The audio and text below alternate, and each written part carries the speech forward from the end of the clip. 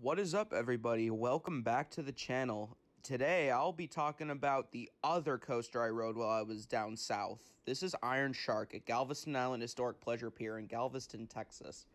This was my first ever Gerstlauer Eurofighter, and I thought that it was a good ride.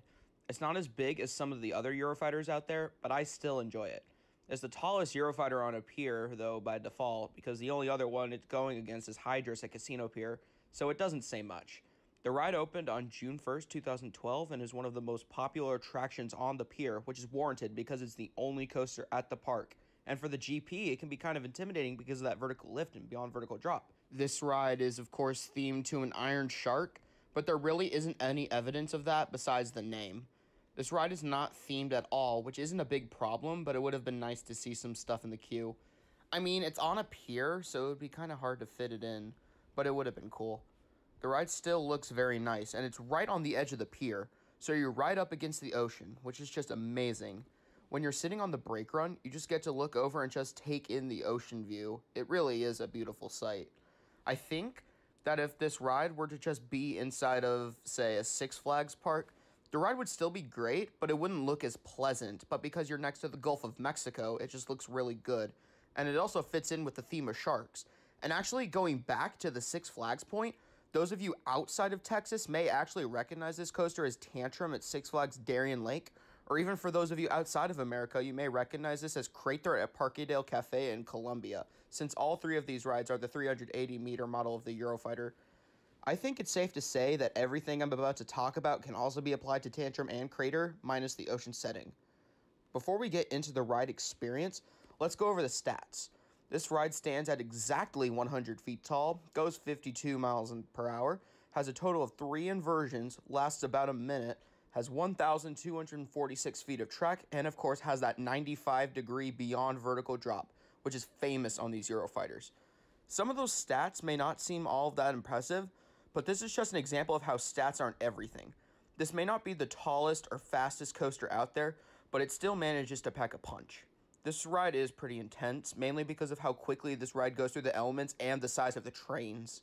The ride elements are so compact that you go through them practically back to back, and it results in a really intense ride experience.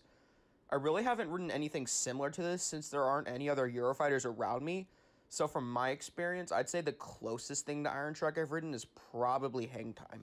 I'm sure some of you guys watching have ridden it, but they still have some major differences. Oh, and before we move on, even though the ride has only 3 inversions, the warning spiel claims that it has 4, which I don't even know how that happened.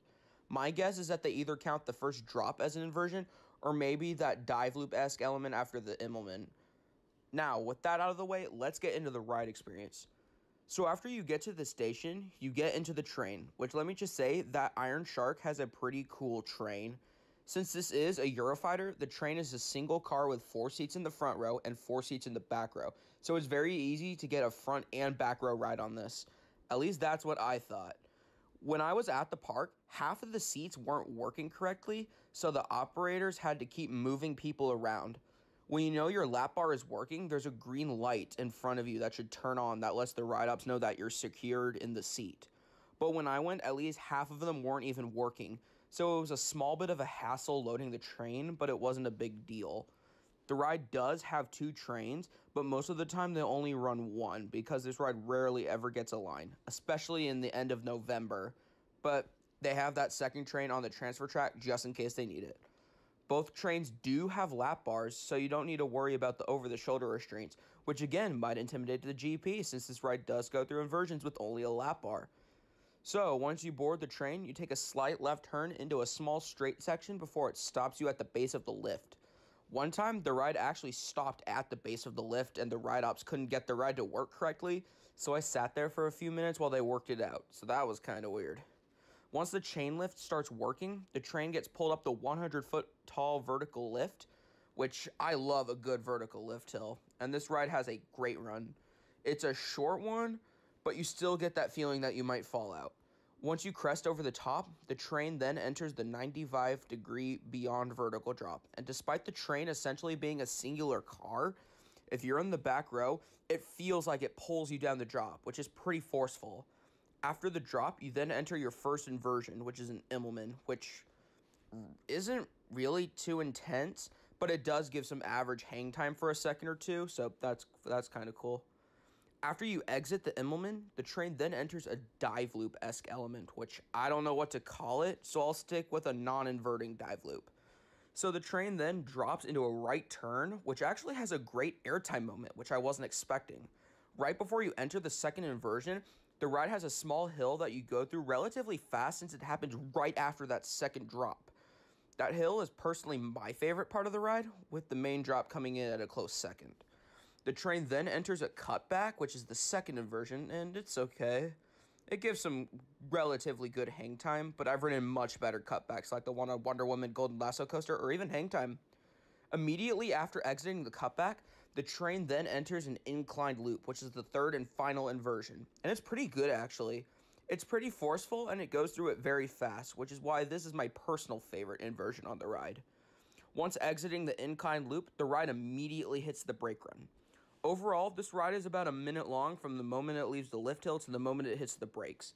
It's a pretty short ride, but you could still have a great time on it. It's a Gerstlauer Eurofighter. These are made to be short, compact, and forceful rides, and that is what Iron Shark is.